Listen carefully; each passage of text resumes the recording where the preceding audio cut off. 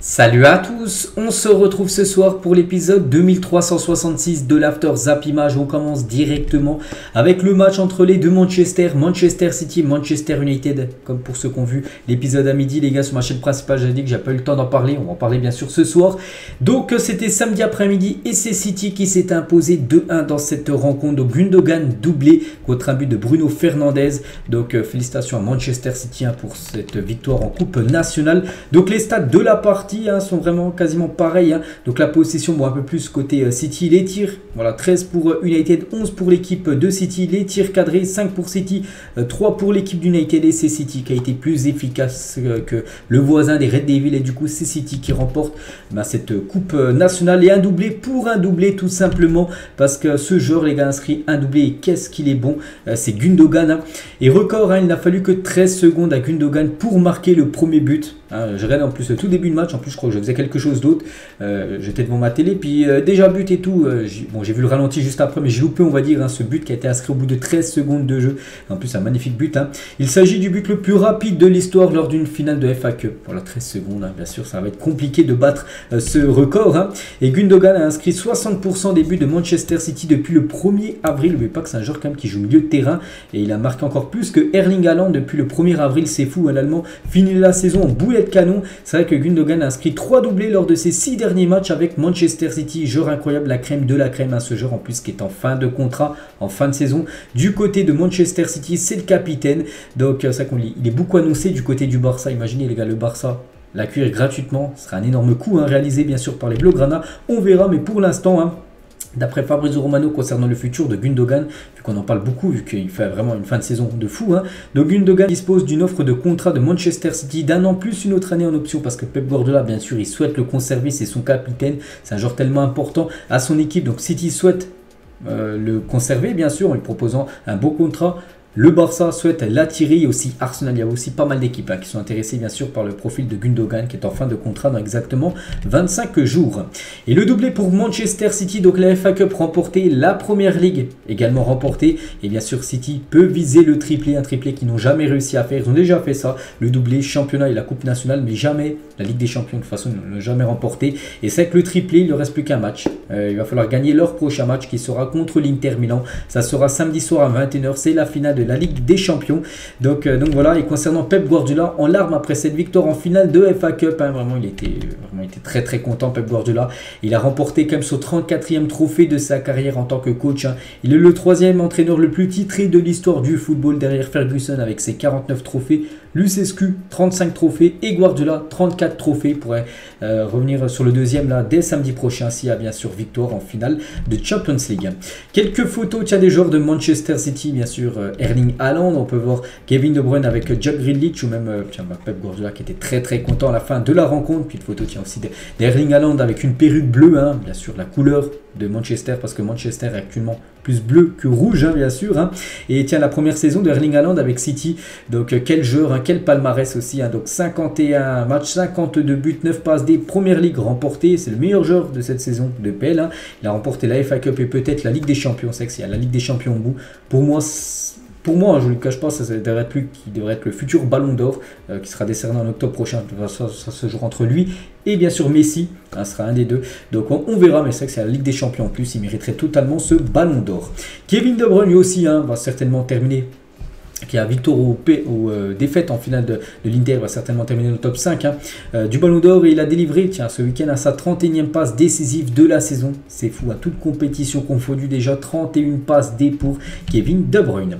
Et pour finir les gars sur ce match, on va juste parler d'un supporter entre guillemets, parce que voilà, il faut le mettre vraiment entre guillemets, plutôt un idiot de Manchester United qui est venu voir le match. C'est ramené à Wembley lors de la finale samedi avec un maillot floqué pas assez et 97 en numéro. Vous dites c'est quoi ça? Donc c'est par rapport avec les 97 supporters de Liverpool morts à Hillsborough. Donc en gros c'était une tragédie. Donc il a osé faire ce flocage 97 en mettant pas assez. En gros il n'y avait pas assez de morts. C'est fou. Donc il a évidemment été arrêté pour atteinte à l'ordre public et placé en garde à vue. c'est fou les gars, des fois il y en a, je me demande ce qu'ils ont en tête. Hein. Donc voilà, concernant enfin c'est pas supporter, hein. Je sais pas comment on peut l'appeler. Bref, on continue avec une autre finale. Donc c'était la finale de la Coupe d'Allemagne, c'était samedi soir entre le RB Leipzig et l'équipe de Francfort, et c'est Leipzig qui s'est imposé 2-0 les gars. Nkunku et Szoboszlai, buteur, back-to-back, ils avaient déjà remporté la Coupe d'Allemagne. Là en 2022, il la remporte en 2023, 2 années d'affilée pour le RB Leipzig. Hein. Félicitations à cette équipe.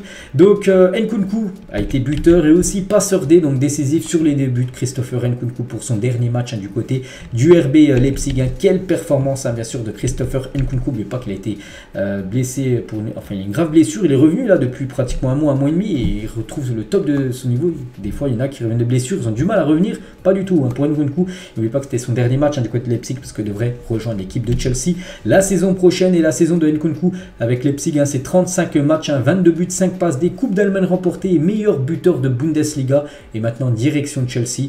Donc ce sera une saison sans coupe d'Europe, hein, voilà, pour Christopher Nkunku, vu que Chelsea ne joue pas de coupe d'Europe. Mais voilà, vraiment il part en Angleterre, hein, en ayant fait vraiment une saison énorme, hein, du côté de son club de Leipzig. Il a célébré son but, hein, avec le ballon, un ballon voilà, qui gonfle, hein, puis il fait cette célébration. Voilà, chacun fait sa célébration qu'il veut. Donc c'est la célébration bien sûr de Christopher Nkunku. Et quelques photos, tiens, Mohamed Simakan, tiens, un défenseur français, l'ancien joueur de Strasbourg, lui aussi bien sûr vainqueur de cette coupe allemande. Hein. Lui, je me souviens un peu comment il s'appelle, bon je ne vais pas le dire parce qu'il lève la coupe là. Et aussi bien sûr toutes les autres photos bien sûr des joueurs du RB Leipzig, hein, par rapport à cette victoire. Il y avait aussi la finale de la Coupe du Portugal. C'est entre Braga et l'équipe de Porto, et c'est Porto qui s'est imposé 2-0. Donc Otavio buteur, Horta buteur contre son camp. Donc il y a eu le rouge, Niakate côté Braga et Wendel côté FC Porto. Donc ça fait bien sûr les affaires du FC Porto, hein, cette victoire gagnée, enfin cette victoire plutôt en finale, hein, désolé. Donc Porto a remporté la 19e Coupe du Portugal de son histoire, hein. Félicitations bien sûr à cette équipe de Porto. Il y avait aussi la finale de la Ligue des Champions africaine, c'est entre l'équipe de Al Ahly, donc une équipe égyptienne, contre l'équipe de Wydad Casablanca, une équipe marocaine. Donc c'est le match aller, hein, en Ligue des Champions africaine, il y a aller et retour, hein, en finale. Bref, donc pour ce match aller, donc petit avantage de Al Ahly 2-1. N'oubliez pas que le but à l'extérieur compte, hein. On sait qu'en Europe ça compte pas, mais là ça compte. C'est pour ça qu'ils ont marqué un but important, hein, l'équipe de Wydad Casablanca, le but 2-1 à la 86e minute. Donc tout reste jouable pour eux, ils gagnent un 0 match retour, ils seront champions d'Afrique. Donc le match retour est prévu le 11 juin prochain, donc ça sera la semaine prochaine. On peut voir les stats de la partie. Pourtant quand même l'équipe de Al Ahly, c'est fou les gars, ils ont fait 6 tirs, 1 tir cadré, ils ont marqué 2 buts. Donc est-ce qu'ils ont marqué contre son camp l'autre? Non, bah, je sais pas comment ils ont pu comment ils ont pu marquer 2 buts avec un tir cadré. Bref, c'est les stats officiels, hein, du match, alors que l'équipe de Wydad a plus de 8 tirs. Non, c'est des tirs non cadrés, désolé, hein, je me suis trompé de ligne. Donc voilà, c'est plutôt 6 tirs cadrés pour Al Ahly, 2 buts, et 4 tirs cadrés pour Wydad Casablanca, 1 but. Voilà, je me suis trompé de ligne. Hein. Bon, bref, rien de grave. On va parler cette fois-ci de la finale de la Ligue des Champions féminine. C'était avant-hier, c'était samedi après-midi, entre le Barça et Wolfsburg, et c'est les Blaugrana qui se sont imposés 2-0 dans un match totalement fou. Elles ont fait une remontada en plein match. Elles perdaient 2-0 à la, il y avait combien à la mi-temps, la 47e minute de jeu, il y avait 2-0, hein, pour Wolfsburg. Elles ont gagné le match 3-2, 48e, 50e, donc déjà elles ont égalisé. En l'espace de 2 minutes, elles sont déjà revenues de leur retard, voilà, de 2. Puis après, Rolfo a marqué le 3e but, et du coup le but du titre, hein, pour les joueuses. Un sacré remontada bien sûr, hein, pour le FC Barcelone, qui avait perdu l'édition la saison dernière. Elles avaient perdu la finale contre Lyon, hein. Les Lyonnaises avaient gagné la dernière saison de Ligue des Champions, mais cette fois-ci elles retrouvent, hein, ce titre qu'elles avaient gagné il y a 2 ans, hein, les joueuses, hein, du Barça. Donc les championnes d'Europe, hein, c'est bien sûr, hein, cette équipe Blaugrana. Donc voilà le palmarès actuellement des équipes qui ont le plus gagné, hein, bien sûr, cette Ligue des Champions. Donc bien sûr on met le Barça maintenant tout en bas parce qu'il n'a pas encore été ajouté. Voilà, Lyon, hein, c'est bien sûr elles qui ont remporté le plus de fois la Ligue des Champions féminine.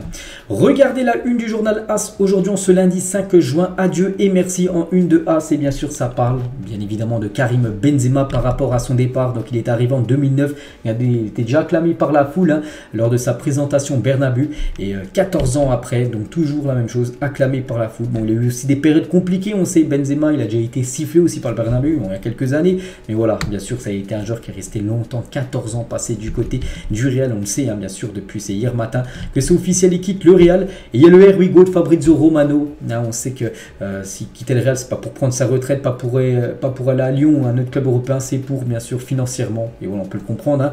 Donc, Karim Benzema à l'équipe de Al Ittihad, Here We Go de Fabrizio Romano. Quand il dit ça, hein, c'est à coup sûr que c'est fait. Bref, contrat jusqu'en 2025, plus une année en option pour Karim Benzema. Donc voilà, ça peut être officiel à tout moment. Peut-être quand vous voyez la vidéo, c'est officiel, j'en sais rien. Peut-être aujourd'hui, peut-être demain, peut-être au milieu de semaine, j'en sais rien. Mais voilà, c'est imminent la signature de Karim Benzema du côté du championnat saoudien. Ça aussi, il y a le Here We Go de Fabrizio Romano. C'est Alexis Mac Allister, donc le joueur de Brighton, hein, qu'on annonce beaucoup là depuis pas mal de semaines, hein, départ du côté de Liverpool. Ça y est les gars, il y a le Here We Go, c'est pas encore officiel, mais bon, quand il dit ça, vous le savez, hein, ça va se faire. Donc contrat jusqu'en 2028, donc auteur d'une bonne Coupe du Monde, d'une bonne saison avec Brighton, est-ce une bonne pioche pour les Reds, bien sûr. Hein. Donc voilà, concernant ce joueur, hein, il file du côté de Brighton, mais bien sûr quand il y aura l'annonce officielle, hein, je vous la dirai bien sûr. Lui aussi les gars, il n'y a pas le Here We Go, mais bon, c'est comme si c'était le Here We Go, hein, parce qu'on sait déjà qu'il quitte l'équipe du Real. C'est Marco Asensio est attendu aujourd'hui en ce lundi à Paris. Donc l'Espagnol devrait passer sa visite médicale et signer son nouveau contrat jusqu'en 2027 du côté du PSG. 4 ans de contrat pour lui et surtout augmentation. Il va doubler son salaire en gros.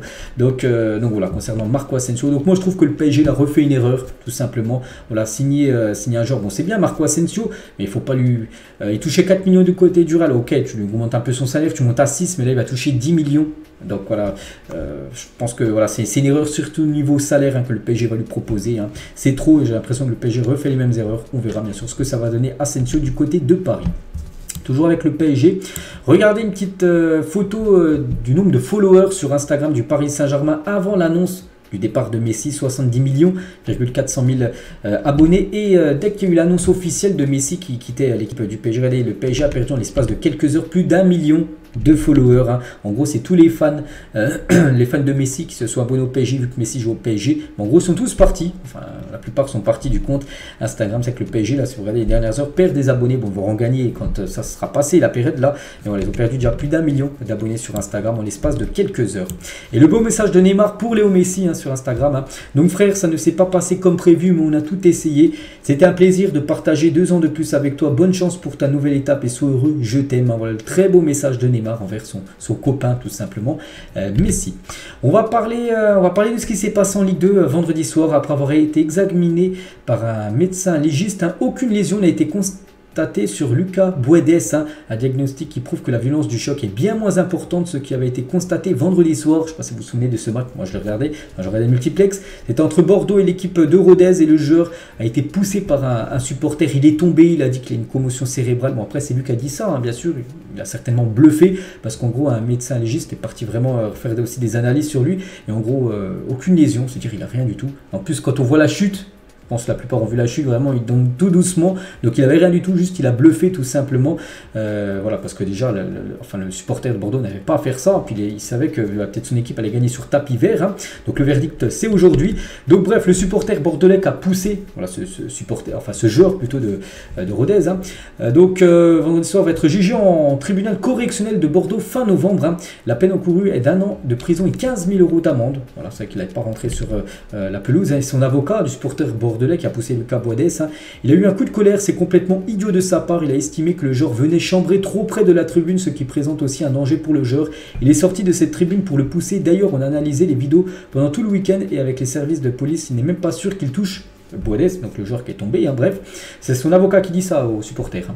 On est certain qu'il touche un joueur qui, je ne crois, n'est même pas sur la feuille de match, hein. Un joueur qui sort du banc, le numéro 25, mais on n'a pas la certitude qu'il touche Monsieur Buedes, hein, qui est emporté par sa poussée, il le reconnaît parfaitement. C'est son geste, hein, qui entraîne sa chute, mais on n'est même pas sûr que ce soit lui qui a touché Buedes. À l'analyse de la vidéo, on y a passé des heures, hein, donc voilà, hein, c'est son avocat. Et n'oubliez pas que le verdict c'est aujourd'hui, hein, la commission de discipline aujourd'hui, hein, et quelques cas de figure, hein. Voilà, donc quelle serait selon vous la meilleure décision de la LFP pour ce Bordeaux-Rodez, hein. Donc reprise à la 23e minute de jeu, où il y avait le 1-0, le but, hein, de Rodez. Reprise pareil, mais à huis clos, toujours 1-0. Le match recommence à 0.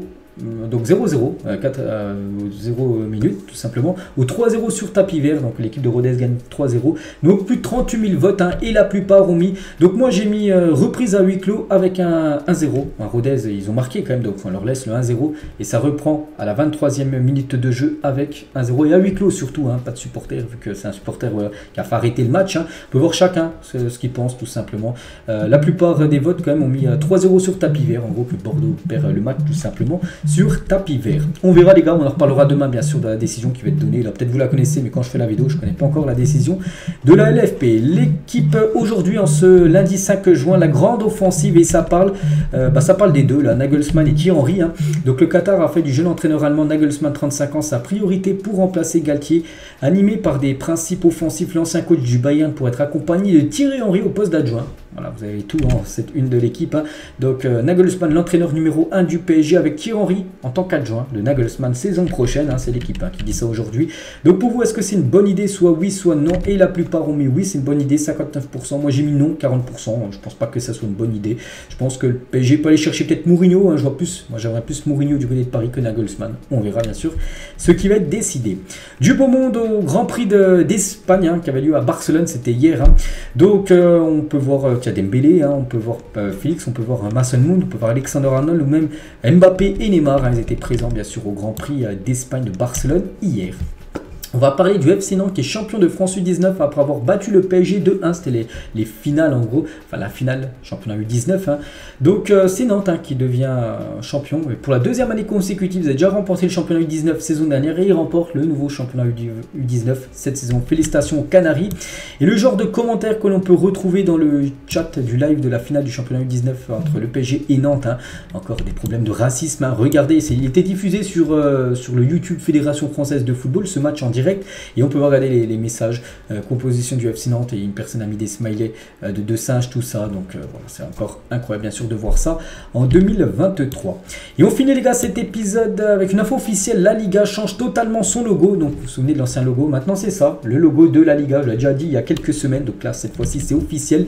Donc les changements officiels, tiens, la Liga en haut à gauche, l'ancien, maintenant le nouveau. C'est marqué, c'est deux L en gros, ça fait la Liga. Serie A, il y a quelques années ils avaient changé, hein, Serie A, on peut voir Première Ligue aussi quand ils ont changé deux logos avec le nouveau maintenant. Tous ceux à droite c'est les nouveaux logos en gros, les récents, les actualités. Bundesliga aussi, hein, Ligue 1 ou même Eredivisie. Donc voilà, bon, c'était une petite info par rapport au logo des championnats et on finit sur ça. Donc j'espère que ça vous a plu, hein, cet After Zap Image. On se retrouve bien évidemment demain 17h pour le prochain After Zap Image. Bon lundi à vous et à demain.